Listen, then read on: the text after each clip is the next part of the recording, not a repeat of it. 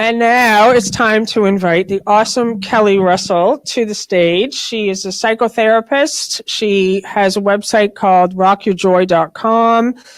And she's really been moving into a new space now for several years. She's connected with A Course in Miracles and the principles of A Course in Miracles.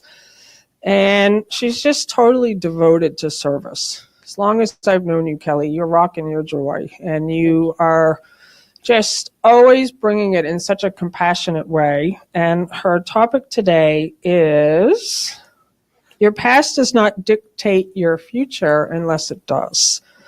Let that shit go. Her talk will focus on the choices we have in perceiving our past and how what we choose to see affects the future we are experiencing as our present. So welcome, Kelly Russell. Thank you. I love you so much. I love you.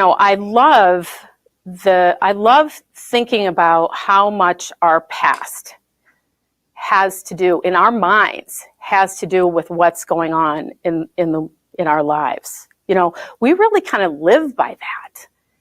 And yet that isn't the Course in Miracles. I mean, this book right here, the title of this book, A Course in Miracles, the subtitle should just be, let that shit go, right? Because that's really, as Lisa said, that's really what it is all about. It's about, in so many ways. So first of all, the Course in Miracles teaches, you know, it's that whole mind-blowing idea that we have a hard time getting our brains around, that whole idea that this world is an illusion, that this world is something we're making up in our minds, that it's not real, that we have created it in our minds. And so when the Course in Miracles says things like, the past is over, it can touch me not, it's over because, first of all, it was an illusion. So it was an illusion in the first place. It was a dream. So it's like a dream that we had at night, like last night while we were sleeping. And then we woke up. Where's the dream? The dream, number one, is in the past. And number two, it never happened. It's not real. So it's like remembering something that didn't happen and it's in the past. So it's kind of like it's like a double illusion thing, right? And so as Lisa mentioned, I have a background, I'm a spiritual life coach, and I coach from the perspective of A Course in Miracles, and this certainly comes up in coaching, but my background is also in psychotherapy. And so psychotherapy, I mean, one of the things that they talk about when they talk about, well, what's the difference between coaching and psychotherapy, the first thing that everybody says, the first thing you read about is that psychotherapy has to do with the past, coaching has to do with the future and your goals, right? And psychotherapy has to do with the past in the sense that it's whatever we are making out of it. You know, like the past is over, it can touch me not. So it's not happening anymore. But we are keeping the past alive right now to create our present. If you think about it, and I think about it a lot because I have people in front of me every day who are trying to figure out why they feel how they feel. They're trying to figure out why they have trouble with something, why they're struggling with something, why they're trying to figure out the person that's in their lives. They're trying to figure out why they're unhappy with this person, or why they're in this relationship that's so conflicted, or why they don't have any money, or whatever it is. Anything that we can think of, we're not approaching it from present moment awareness. We're not coming to it from that place of wonder, you know, like the cafe gratitude reading, you know, we're not coming to it from a place of wonder. Like, I love what the Course says in lesson 7.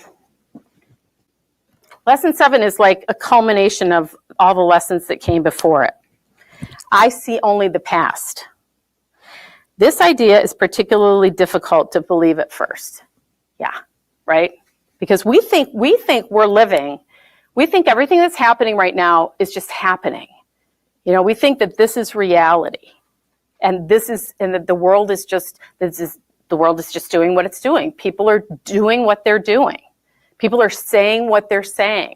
I'm feeling what I'm feeling, and it's all because this is reality. People are always saying this is reality, but it isn't. This is not reality. This is actually a review. It's like I talked about with the dream of remembering something that actually never happened, which is kind of trippy. So what A Course in Miracles says is, first of all, our experience that we're having here is an illusion. We know that it says that. But it also says that even the illusion itself, this dream that we have been having, that we separated from God, and that we created a world of separation, a world of form, a world of bodies, a world of duality, where it's not just love, it's love and fear, and every separation that comes from that, that it happened, even though it didn't really happen. It appeared to happen in a nanosecond, and then it was over. It was done. The Holy Spirit bridged the gap between our perception of fear and our reality of love, and we were back home with God in a nanosecond, and it all went away. But we are watching the movie. We are the ones that are keeping it alive. We are the ones that are thinking that it's real. And the only reason it appears to be real is because we don't want it not to be. And we don't want it not to be because of that part of our split mind called the ego or the conditioned self that wants to be right. It wants to be separate from God. It wants to be God. And so as long as we are staying on that part of our mind, we are going to believe that we're in this world. We're going to believe we're in a body. We're going to believe that we're separate. We're going to believe that we have conflict. We're going to believe that we have problems. And it's all because we're believing in something in the past that didn't really ever even happen. So when you think of that, it's kind of funny, really, right? Okay, so then the next line, I see only the past is the rationale for all of the preceding ones. It's the reason why, and then he starts to review all the previous lessons, right? It's the reason why nothing you see means anything. It's the reason why you've given everything you see all the meaning it has for you. It's the reason why you do not understand anything that you see. It's the reason why your thoughts do not mean anything and are like the things you see. It's the reason why you are never upset for the reason you think. And it's the reason why you are upset because you see something that is not there. So all of these preceding ideas, these were all lessons in the workbook, lessons 1 through 6, and they're all culminating in the idea that all of that stuff is true because I see only the past. And so when I'm doing therapy with somebody, we're talking about what's going on in their life. And my big thing that I hit on with people in therapy is that you're not responding to any, people say, well, somebody said something and she made me feel like this. He made me feel like that. She made me angry. He made me upset. He hurt my feelings, whatever it is. And it isn't that. It's that we're making meaning out of everything that happens, everything that appears to occur, everything that somebody appears to say or do. We're running it through this computer in our minds that says, ooh, it looks like this, and it's a pattern like that, and it's similar to this, and it's that color, and it's that flavor, and it's got that tone. And we pull all of that stuff out of the past. And so we go, it's this. This is what it means. And this all happens in less than a nanosecond. This all happens so quickly that I have, one of the things I'm challenged with is teaching people that your emotions are responding to your thoughts. And they're like, no, they're not. They're responding to what's happening. And I'm like, no, they're not. Yes, they are. No, they're not. Because the thought happens so quickly that we're literally unconscious to it. So we think somebody says, you're a bitch. And our central nervous system gets completely inflamed and we attack back, right? What we don't see there, and if anybody asks, it's because he called me that name, right? What we don't see is that word has all kinds of meaning attached to it. And so does the tone of voice it was said in. And so does the facial expression that it was said with, especially the tone of voice and the facial expression, right? Because there's ways where you can be like, oh, me and my bitches, we're going to the beach today, and it's all good and it's all fun, right? And it becomes a completely different word, right? Completely different meaning. And so it's what we are attaching to it. It's the meaning that we're making of it. And the meaning we're making of everything always comes out of the past. So then we have to start looking, and that's what I want to know from people is, okay, so what's the underlying belief here? What are the thoughts attached to whatever it is that you got going on? What's the underlying belief? And I want to know where that came from and where we usually go, because it's therapy and because it's the world, we always go to where? Childhood. Exactly, the past. And the past often is childhood. And that's as far back as people often go. And I get it, because my clients are not particularly Course in Miracles students, so I get it that's the logical place to go. And yet where that leads to is a projection of, okay, well, now the reason I have this problem, I understand. It's not my fault. And I feel so good about that. And I feel so much more innocent. And I feel so released by that it's not my fault, because it's my parents' fault. So I can feel good about that. Right? And so I can just leave it there. Thanks, Kelly. See you next week. It's my parents' fault. We're good. And I'm like, no, it's not. And so I'm ethically bound not to put my spiritual beliefs on other people.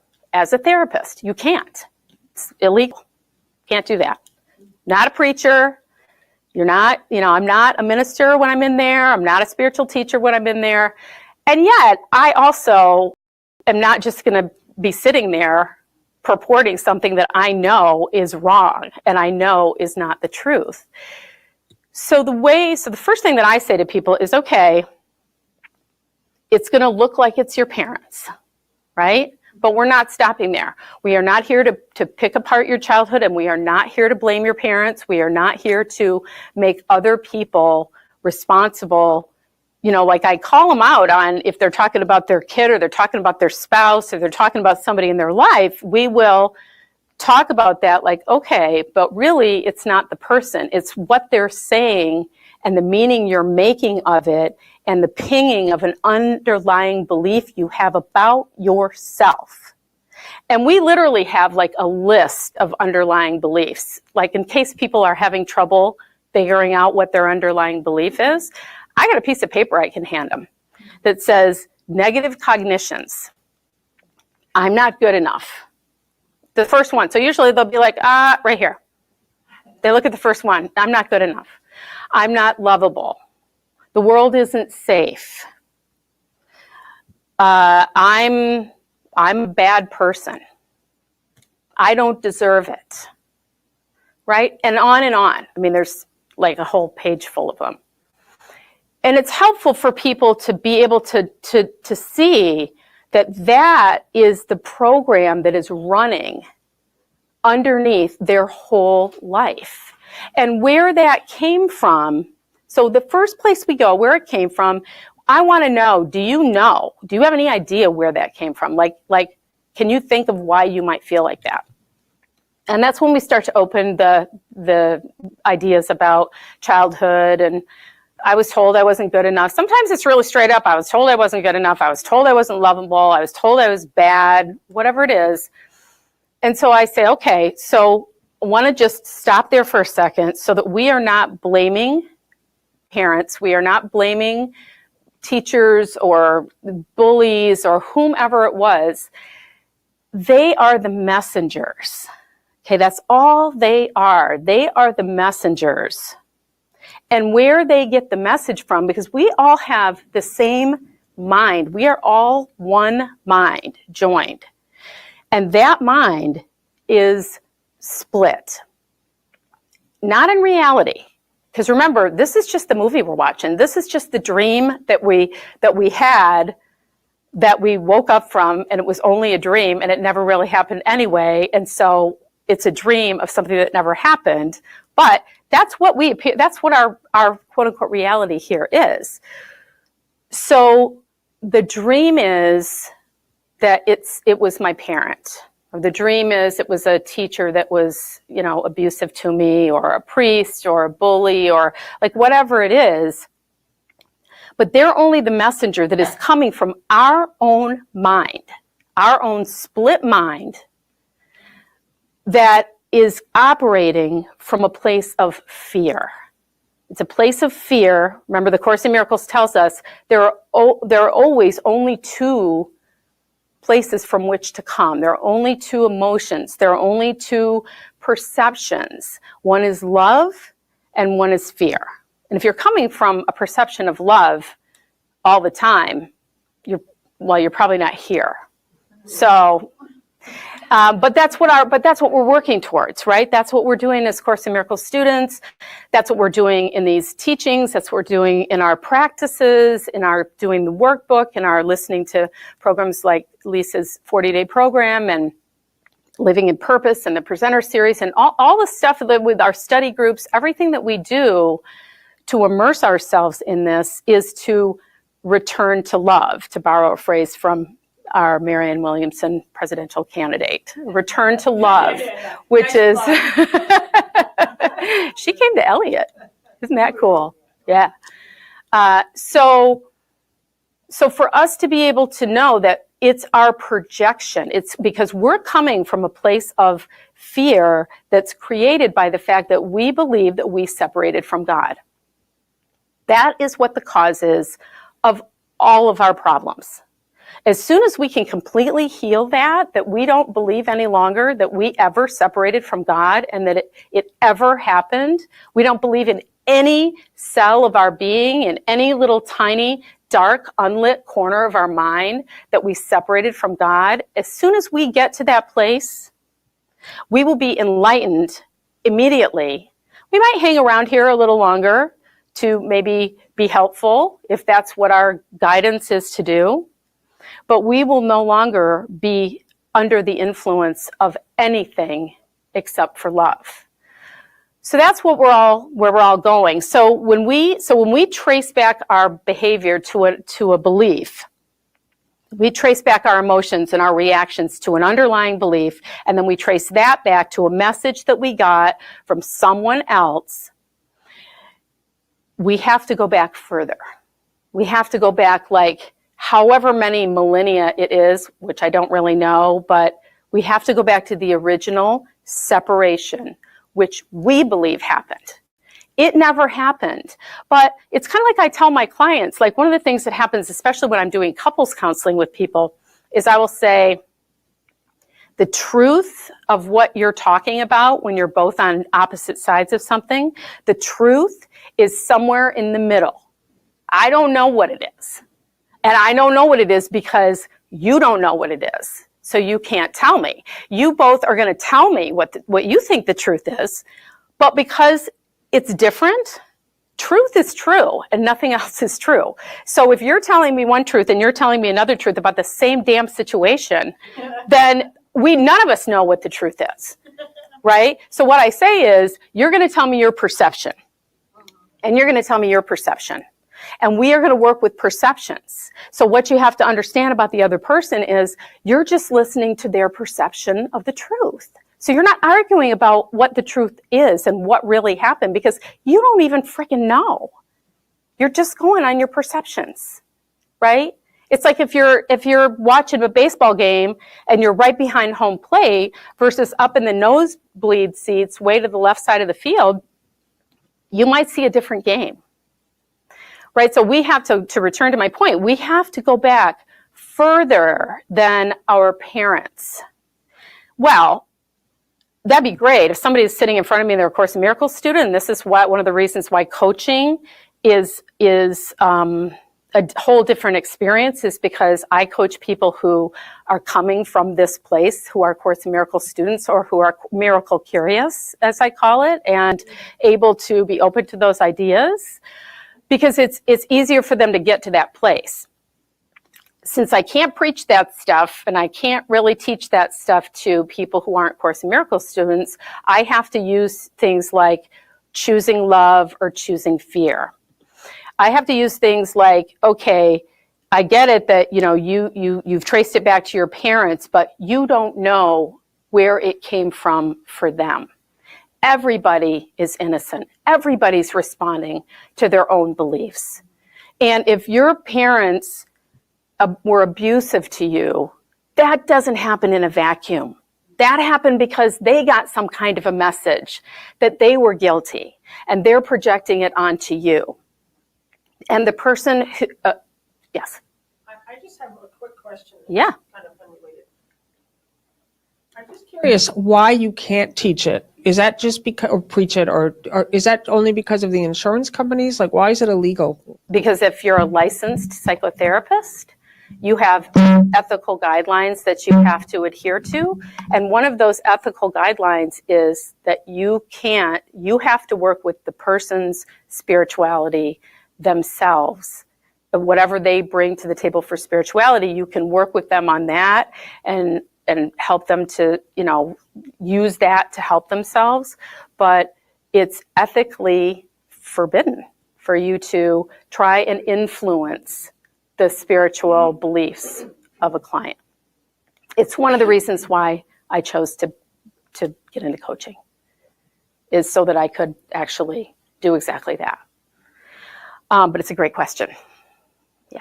And so going back to my point there of, instead of leaving it with, this came from my parents and it's their fault, and if they wouldn't have done this or that, I wouldn't be this way. It's to look at, first of all, they got to be this way, however, whatever messages they got. And they were responding to their own underlying beliefs about themselves. And if you have an underlying belief about yourself that you're not good enough or you're unlovable, you are going to behave like that in the world. And that behavior will probably be some form of abusive to yourself as well as to other people. And so just to help people to understand that it goes back way further and further than you can even know. And what I can hold for them, because all minds are joined, what I can hold for them is, I know exactly how far back it goes. I mean, I don't know the years exactly, because that's not my thing, but I know it goes back to the initial separation. That's where it always goes to. And so what I say to people is, it really doesn't matter. It doesn't matter what your parents did. It doesn't matter where it came from. What matters is, how are we going to heal it right now? That is the only thing that matters. If we're going to get all hung up on wasting our time and energy on where it all came from and what the etiology of it was and how it should have happened differently, first of all, how do we know what should have happened differently? How do we know that? That is the height of egoic arrogance, is to believe that you know in any moment how anything should have gone and should have transpired and what should have happened and what somebody should have done or should have said. It's shoulding all over the world, right? And instead, being able to look at everything as if I see only the past. That is giving everything the meaning that it has for me now. So what happens if I acknowledge that? What happens if I say, my whole vision of this thing is colored by the fact that I'm only seeing the past. That's giving it all the meaning that it has for me. I don't really know what's going on. So I love what he says in lesson 7. Moving on. Old ideas about time are very hard to change because everything you believe is rooted in time and depends on your not learning these new ideas about it. Yet that is precisely why you need new ideas about time. And he talks about this first idea is not really so strange as it sounds at first. Look at a cup, for example. Do you see the cup? Or are you merely reviewing your past experiences of picking up a cup, being thirsty, drinking from a cup, feeling the rim of a cup against your lips, having breakfast, and so on? Are not your aesthetic reactions to the cup too based on past experiences?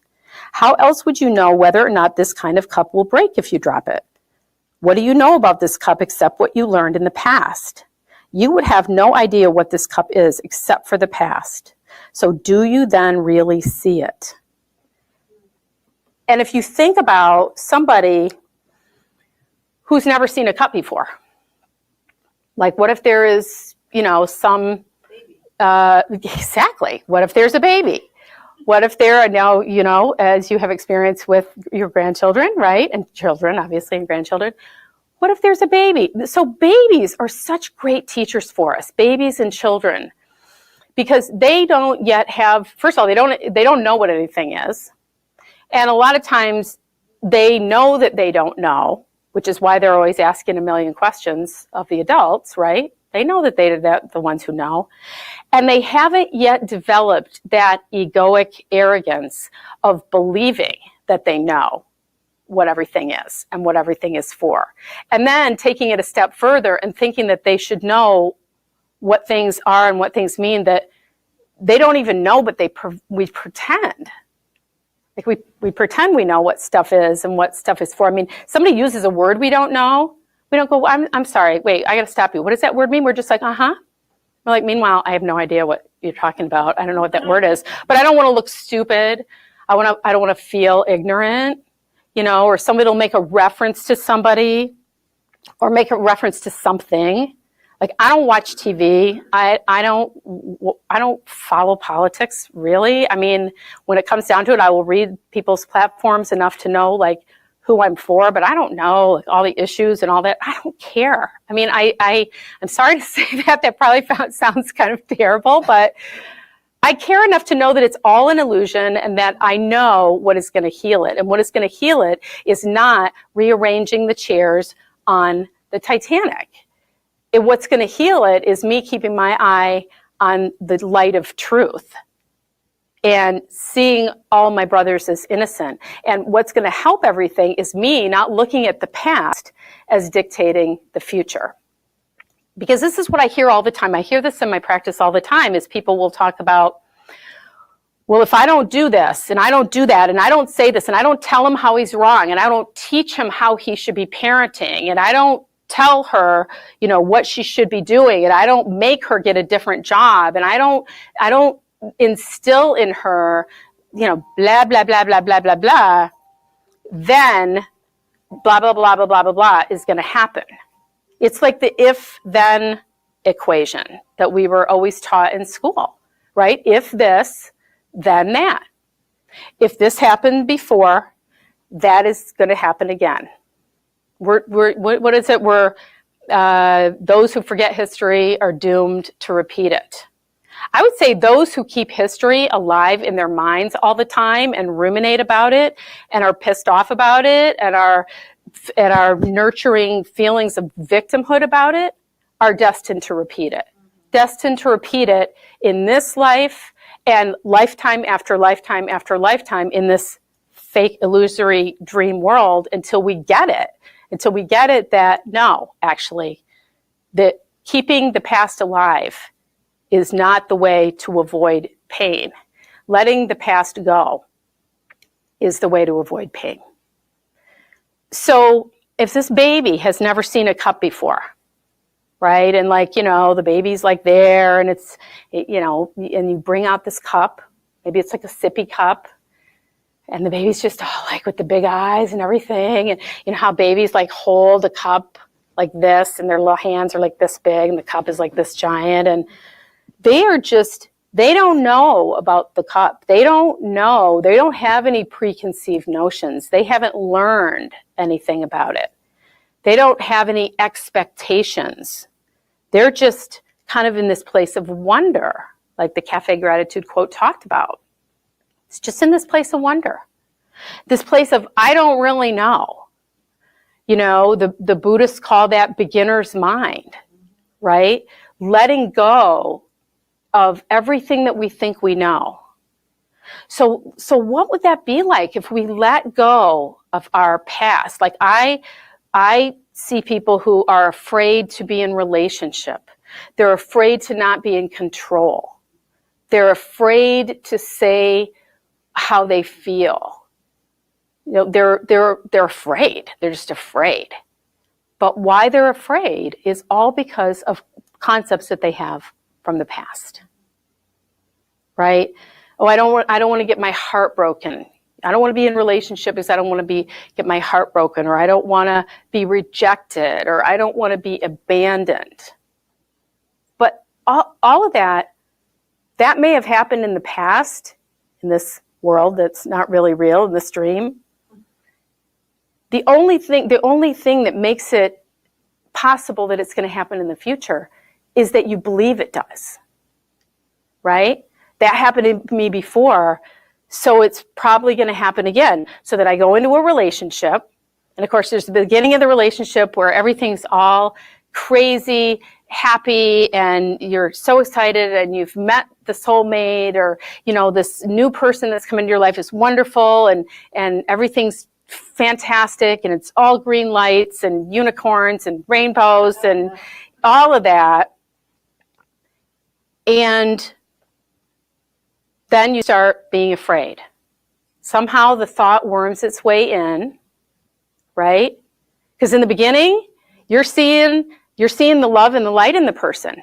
People call it romantic love, and they say it doesn't last, and they say it's there are studies actually that have been done on the human brain that say that a brain of a person that's in romantic love looks exactly the same as a brain of a person who's on heroin, because of the chemicals that are released in the brain. But I like to look at it as, before we know a person, right? Before we find out all the things about them that we don't like, we don't have any choice except seeing the light in them, because it's all we know, and we have the expectation that we want to have a love relationship, right? So for that period of time, we might be connecting with the Holy Spirit in them. And then something happens, they say something, they do something, something transpires, and we start to make judgments. Oh, okay, so that's what you're like. Okay. And then we go into the comparison that happens just automatically. That comparison happens in our mind, and we start going through all of the millions and millions and millions and bazillions of files that we have all stored from this lifetime and from other past lifetimes and from the whole joined mind, because all minds are joined. So how many cajillion files are in there?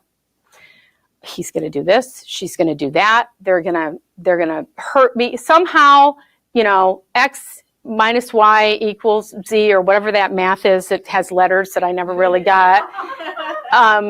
And we come up with the wrong conclusion that this thing could happen and it could hurt me. Well, now it's a thought. And the more that we think it, the more that chronic thoughts become beliefs.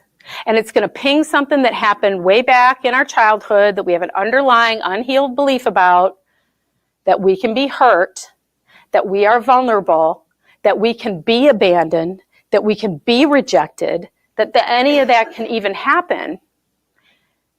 And now that's what we're holding in our minds. And now we have a new expectation. Just a matter of time. So we either like send the person packing, you're not the one, because you could possibly hurt me. You could possibly abandon and reject me. So you're obviously not the one. So I'm just going to go on to the next one. And that's what the Course in Miracles tells us, is that we will just continue to replace, going from one serial adventure to the next. We basically just replace the face with somebody else, and then we start it all over again because we're not healing it. We're not healing it at the place that it needs to be healed from. So one of the modalities that I use that I have a lot of success with, I'm a trained trauma psychotherapist, and I use this very interesting modality called EMDR. And I won't go into it because it's kind of involved in the way that you talk about it. But the way that I think about EMDR, because one of my clients calls me the witch doctor, because she says, because she says that that it's kind of like magic.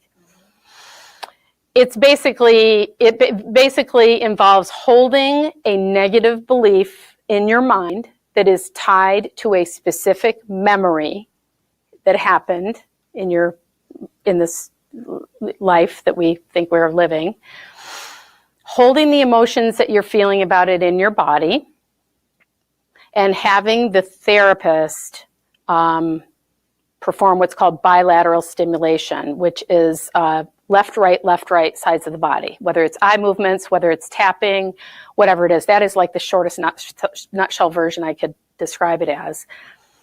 And it serves to help the person. Somehow it helps them suspend their thinking so that the memory can be reprocessed, because it's stuck. It gets stuck in your brain, and it's tied around this negative concept, this negative belief, like I'm not good enough, or I'm not safe, or I'm not lovable, or whatever it is.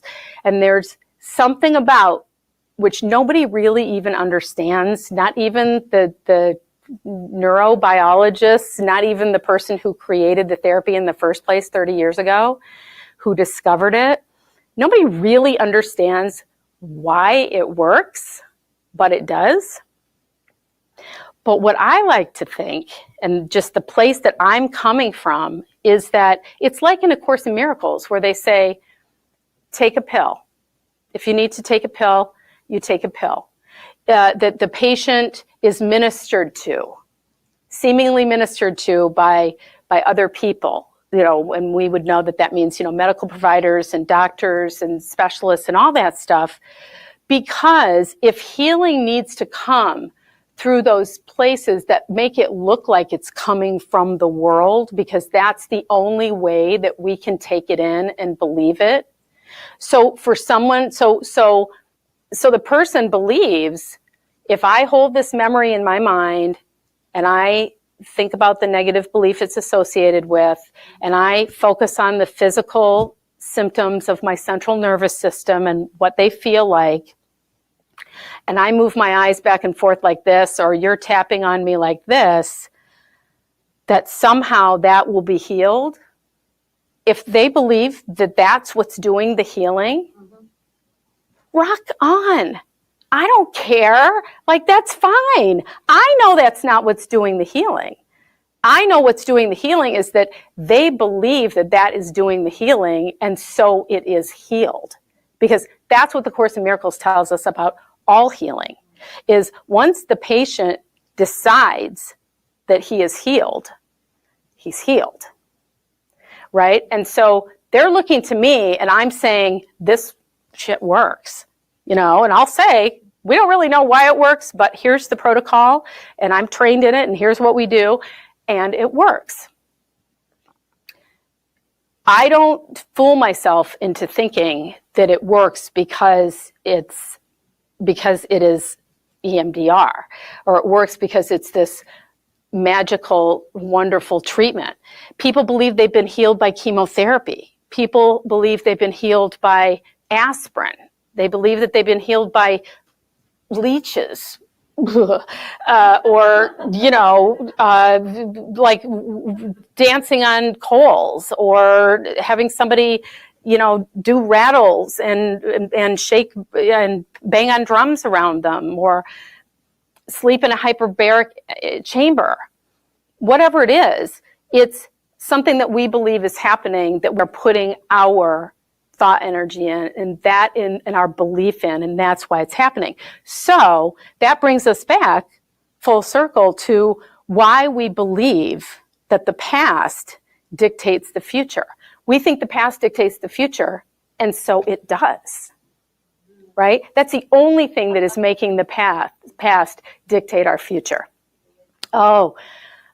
Because on some level, we know this. If I know that my family, I recently had an intuitive reading done, and somebody told me that I have a family ancestral history of a belief that in scarcity and lack that goes beyond the story that I know. What the story that I know is that I was this close to being an oil princess. My grandfather could smell oil on my mother's side, and he smelled oil, and they moved down to Tulsa, Oklahoma, and they got a big mansion, and they had servants, and they were rich. This is my mom being little. So I'm up there like in the atmosphere being like, yeah, I can't wait to get down there and be all rich and everything. And then, his negative beliefs about himself intervened, and whatever happened, and one thing led to another, and the Phillips brothers went this way and the Skelly brothers went that way, and my grandfather went another way. So I'm not an oil princess. But I am a princess, exactly. I didn't need the oil for it. And so, but what this intuitive told me is actually it goes back further than that. It goes back several generations that I'm reading the energy of. There's two thought forms. There's not enough. No, I'm sorry. I'm not worthy, and money falls through my fingers. And every person on that side of the family has had those problems. I will say that my mother probably started the buck stopping with her, because she got into spirituality, she got into positive thinking, she got into the unity movement, she started realizing we create our own reality. And so I think I was a little bit, taught differently from a young age because of that. But we're carrying, literally, like in this fake DNA that we have, we're carrying these beliefs from the past energetically that are then playing out in our lives. So I was just like, well, I'm not believing that anymore. I'm done with it. So the intuitive person I worked with said, I'm doing a clearing for you. I'm clearing it, because that's what she does. I'm clearing it. Now, it's not that she really is clearing it. It is that she believes she's clearing it, so I believe she's clearing it. And because I believe she's clearing it, and I believe I'm not carrying it anymore, I'm not carrying it anymore, right? So that's all the way that this ever happens. So if we can see that the past is only alive because I'm keeping it alive, and that when I make the decision to let go of the past and not let it continue to be my truth, it won't be. So the Course in Miracles gives us this amazing, because you knew this was coming because it's me standing here, so of course I'm going to talk about forgiveness. The Course in Miracles gives us this amazing tool to use to dispel the past. I do teach the forgiveness prayer that I learned from Gary Renard. You are spirit, pure, whole, and innocent. All is forgiven and released. What I say to my clients is kind of in the same way that we don't really know why EMDR works. You don't really have to know why this prayer works. It just does. Just use it. And I tell them to write it down. I text it to them. I have them put it in their notes feature on their phone, memorize it. And when somebody disturbs your peace or pisses you off or does something that you think they shouldn't be doing, use the prayer. And people come back and say to me, I don't know what's up with that prayer, but it works. And then later, when things aren't working out for them and they're saying, life sucks again, I'm like, how's the prayer? Are you doing that? Oh no, I forgot about that. Nope. So when we can go into a place of forgiveness, so the Course in Miracles tells us that forgiveness is like a portal back to love, back to the present. Forgiveness dispels the past. So it says, I forgive you because I remember there is nothing to forgive. There's nothing to forgive because this world is illusory and we never left God. And the separation never happened. And so if the separation never happened, we never left God, this world is fake, then then you calling me a bitch is not what happened. It's just in my mind. And it's in my mind, and then I'm having the reaction to it that I'm having because of all the stuff that's in my mind that happened in my past and all the associations that are negative that I have with that. So the act of forgiveness, the process of forgiveness, I remember that I'm dreaming an illusion that the ego mind made up. I remind myself that I'm dreaming this illusion. So that's what I'm reacting to. I'm reacting to the past, which is only in the illusion. That's what I'm forgiving, is anything that I think that happened in the past. Anything, because if it happened right then, that was the past. What I just said, that was the past. When I just said the past, that's the past. What I just said then, and I said the past, that's the past. So everything that happens, except for what I am saying right this very second, and now second, is in the past. So everything is in the past. So I'm forgiving everything that's in the past. I remember, I release everything to spirit. I ask to see this differently. I remember that I'm dreaming the illusion. I ask to see it differently, and I release it to spirit, and it is done. It's done. I don't have to pick it back up. Someone is asking if you can say the whole prayer of forgiveness. Like Gary Renard's prayer of forgiveness. Oh, the short version, which I really, really suggest. This prayer was given to Gary Renard by his spiritual teachers, and I really suggest that you memorize this because it's so short. What you have to understand is the longer process that I'm talking about right now is what it means in order for it to be even more effective. But even if you don't understand that, it's still effective. It is, you are spirit, pure, whole, and innocent. All is forgiven and released. Because in that short little prayer, that it's saying everything. It's saying you are spirit. You are pure, whole, and innocent. Well, if you're pure, whole, and innocent, then I can't hold you responsible for anything because you're pure, whole, and innocent. You're innocent. You're not guilty. If you're not guilty, what am I doing? How am I holding you responsible for anything? It doesn't make any sense.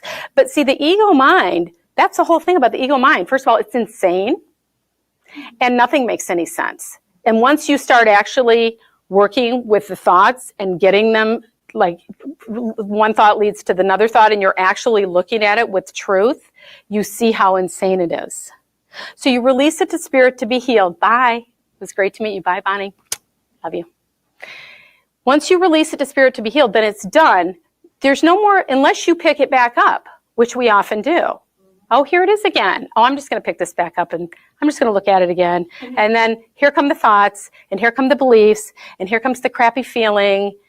And so forgiveness is the key to letting that shit go. That is what forgiveness does, is it allows us to let go of the past that never happened and embrace the truth of who we are and who our brothers are, which is only love. Only love is real, right? That's who we are. That's the truth of us. And so if we want to be peaceful in the present and we want to be joyful in the present and we want to have a life that's fun and enjoyable, and we want to rock our joy in the present, we have to let go of the past. One of the exercises that I do with my coaching clients is I have them literally write down every belief that they think that they are operating with. So, for an example, I'm anxious. I have an anxiety problem. I'm anxious. That's a belief. Then I ask them to write down, well, where did that come from? Well, my mother was anxious. Well, my mother was always expecting me to do everything. Well, my mother was always yelling at me when I didn't do what she wanted. Well, my mother expected me to be perfect. So all of these things, all of these reasons, and what we do in this exercise is we actually play it out with what might your mother actually have been really doing and really feeling from a perspective of love instead of a perspective of fear. Like, what if we reframed it that your mom was a single parent? She was scared. She thought she was going to completely this whole child rearing thing up. She felt like she was alone. She felt like she was abandoned. She felt like nobody loved her. And I will tell you that when we start doing this exercise and people are able to look at the story differently, the emotion that comes up from it, the compassion that comes up from it. So we understand as Course in Miracles students that all of it, including what happened with the mother and her whole story and all of that, it's still a story. And it still doesn't go back to the actual truth of the belief in separation, but it intervenes with the judgment. It helps people open the door to maybe I'm wrong when I remember the past the way that I remember the past. You know, they talk about in police work and detective work, if somebody is telling the story over and over and over again, and it is exactly the same way every single time, especially if it happened a long time ago, they're probably lying. Because memory's not reliable like that. I see it happen to me all the time. I am absolutely positive something happened a certain way, and then when I'll go like find the proof of it, I'll be like, oh man, that totally didn't happen like that. Like, I'm a liar. I'm lying to myself about that. It's just because the ego mind is not a reliable reporter. It's not. But yet we believe it. We rely on the ego mind to tell us what is truth in the world, to tell us what's really going on, to tell us the truth about somebody else, to tell us the truth about ourselves, right? We rely on the ego mind who is pulling from a past that never happened because it's an illusion, that was dreamt, and that is over anyway, that we're watching the movie to. Like, it's like we're sitting in the movie theater being all pissed off at the people on the screen who are telling a story about something fake that happened in a dream that never really happened. That's insanity, right? So, one second. So, just to reiterate, whenever our peace is disturbed, because if our peace is not disturbed, if we're in love, if we're in light, if we're having fun, if we feel free, if we're just having a big old blast and it's awesome, there's nothing to forgive in that. That is when we are aligned with our true selves. We're aligned with spirit. We're aligned with the love that is the truth of us, and that's great. And we have glimpses of that in the world. That's the closest that we get to. When we practice forgiveness, that is also the closest that we get to being able to be in our true selves, in our true mind, as being aligned and one with our brother. Because when we realize and when we acknowledge what I am holding you guilty and responsible for never occurred, the separation between us never occurred. That is the atonement principle, is the full awareness and understanding that the separation from God never happened. And so as we are able to do that, and forgiveness is the way that we get back to that, is every time something disturbs our peace in any way, whether it's a person, whether it is an entity, whether it is an administration, an institution, the IRS, the bank, the whatever is our body, whatever is disturbing our peace, that we forgive it for the illusion it is. We forgive ourselves for dreaming the illusion. We turn it over to spirit. We remember that we see only the past. We let go of the past by practicing forgiveness. We realign with ourselves in the present moment, because in this present moment is where the love is, and that's where the truth is, and that's where the light is. Actually, Laura, we do need to remember those stories. Yeah. Laura, you had a question. Get a microphone.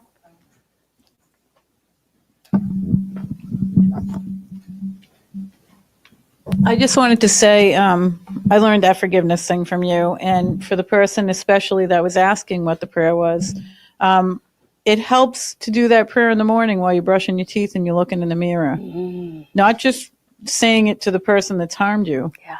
Because the person that has done nothing to me, it's me. Right. So usually I will say this all the time in the morning when I'm brushing my teeth. You are pure, you're a spirit, pure, whole, and innocent. All is released, all is forgiven. Before I even start my day, because it's me that thinks that something's happening, and I'm connected to that light. And so if that helps the person, and everything you were talking about, getting to, looking at whether it's your parents or whatever, that's what we do in step 4 in AA. We do the resentments. We do the turnarounds. Yeah. What's the lie I told myself? What's the truth I told myself? Byron Katie stuff does it too. What's the truth I told myself? Right. How did it make me feel? And getting to that truth is really hard sometimes because the ego wants to come in and go, well, your mother was crazy. Yes. And instead, if you've got the right sponsor, they'll say, nope, what's the truth? What's the truth? Well, of course my mother loved me. The truth is no one can love me enough. And then the truth is even further, I think God doesn't love me. Right? And when we get to those truths, and then the fears that it sets off, and how would I feel if I trusted and relied on God? Exactly. Same thing. Exactly. AA, Course in Miracles, Byron Katie, it all comes together. But that forgiveness thing is amazing, and it works when you look in the mirror and talk about yourself that way. Thanks, Laura. Thank you. Awesome, Kelly. Linda, did you have a question or a comment? I'll ask something. Well, I thought healing is a feeling, right? And so you don't exist. So like I can't do anything. No, it's not that I don't exist. Yeah. You and I both exist, but we're one. Right? Okay. The dream is this world, in the world of form. It doesn't mean that you're not a spark of God and I'm not a spark of God. That's what the truth is that we're both exactly the same as God. So the forgiveness is acknowledging that. So I don't have to worry about you. You don't have to worry about me. Now, if I am, say, your child, and you've been tasked with being a mother, then what you're going to do is use your relationship with spirit to ask for the guidance of how do I mother this child. But what we do instead usually is we think we're going to think it all out ourselves. We're going to make it all happen ourselves. So Holy Spirit understands that we believe that we're in this world. But he's saying, ask me. Jesus is saying, ask me for guidance. Ask me what to do, because you don't know what to do. And if you do it yourself without asking me, I'm paraphrasing here, but he says you're going to fuck it all up. Right? And so being able to, you don't have to worry about me. No, you never have to worry about anybody. But ask for guidance about what to do in any given situation. It's funny because my daughter was calling me a liar, like a liar. But, and then she's laughing, joking, like she wants to poke me, and I don't know what to say, like, the point is, like, she could be getting to this level, on a level that I don't understand, What I would say is, sorry. Well, I'm sorry, I'm wearing a microphone. What I would say is that she's reflecting something that you believe deep within yourself, that you're a liar. And she's just reflecting it to you. That's all anybody's doing in this world when they behave a certain way or they say certain things, is that they're just speaking our own thoughts that we have about ourselves out loud. So I would say, whether you say it out loud to her or whether you say it in your mind, maybe out loud to her. You don't say anything, you laugh it off. In your mind, you say, thank you for revealing something that I thought is true about myself, that I'm a liar. I forgive it. I forgive the idea that I think I'm a liar, and I remember there's nothing to forgive. And I remember I'm dreaming an illusion, and I release it to spirit. I ask to see it differently. And I say to my daughter, you are spirit, pure, whole, and innocent. All is forgiven and released. Yeah, we're all liars, apparently. We're all liars in that we are believing a lie that the ego mind has told us, that we are different from being God expressing and the love of God and the light of the world. That's the only lie, is that we're telling ourselves we're not the light of the world when we are. So I think we're actually at that time. So I just...